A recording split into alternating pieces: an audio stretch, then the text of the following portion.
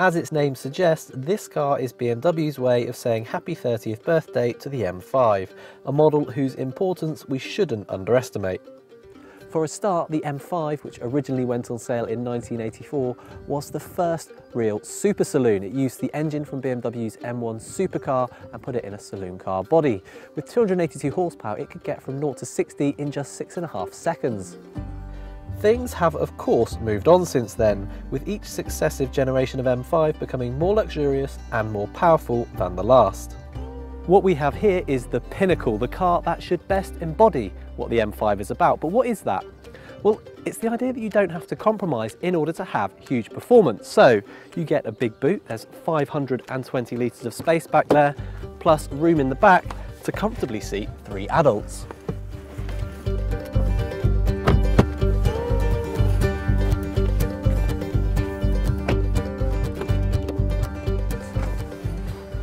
But it's here in the front that any 5 Series really shines, with lots of space, very comfortable seats, including these 30-year M5 stitching on them in this car, plus numerous little M touches like the logos on the gear lever and dials, plus a lovely Alcantara wheel.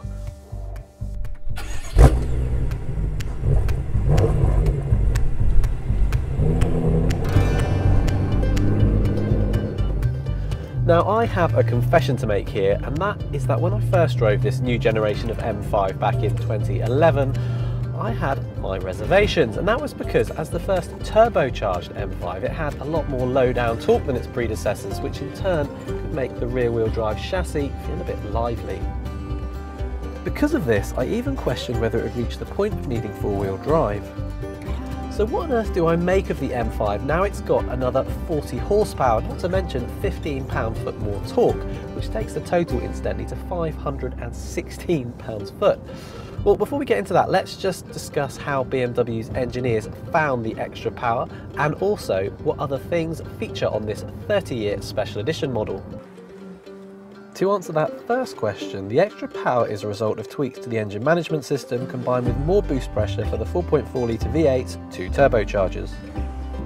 As for the second point, the upgrades primarily consist of those things already seen on the M5 competition pack.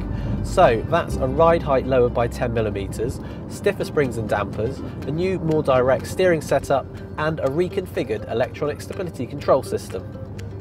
There's also a smattering of special badges, dark chrome exhaust tailpipes and 20-inch wheels as standard.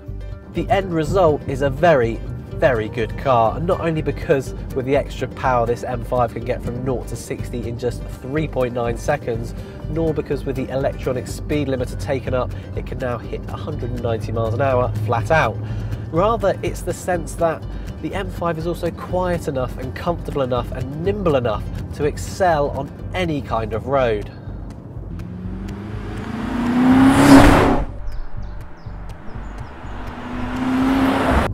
Take the 7-speed dual-clutch gearbox. Leave it in auto mode and it's as smooth as a James Bond chat-up line.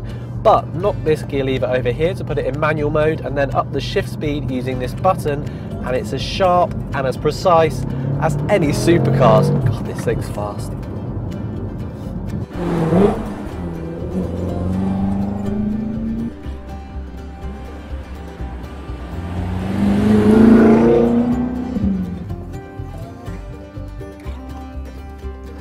But what about the fact it's rear-wheel drive? Well, there's no doubt that it keeps you on your toes, but as long as you exercise restraint, particularly when the roads are wet or you're on top of your game when you do decide to go for it, the chassis is so well balanced that the M5 does at least feel like it's always on your side. As you can probably tell, I'm rather taken with this particular M5, not least because for all the performance you can still eke about 25 miles to the gallon out of it, or about 400 miles from a full tank of fuel. The downsides? Well, the price has swollen from a standard M5 £74,000 to an eye-watering £92,000. Oh, and BMW is limiting production to just 300 models. Still, you have to say, as far as 30th birthdays go, this is quite the way to celebrate.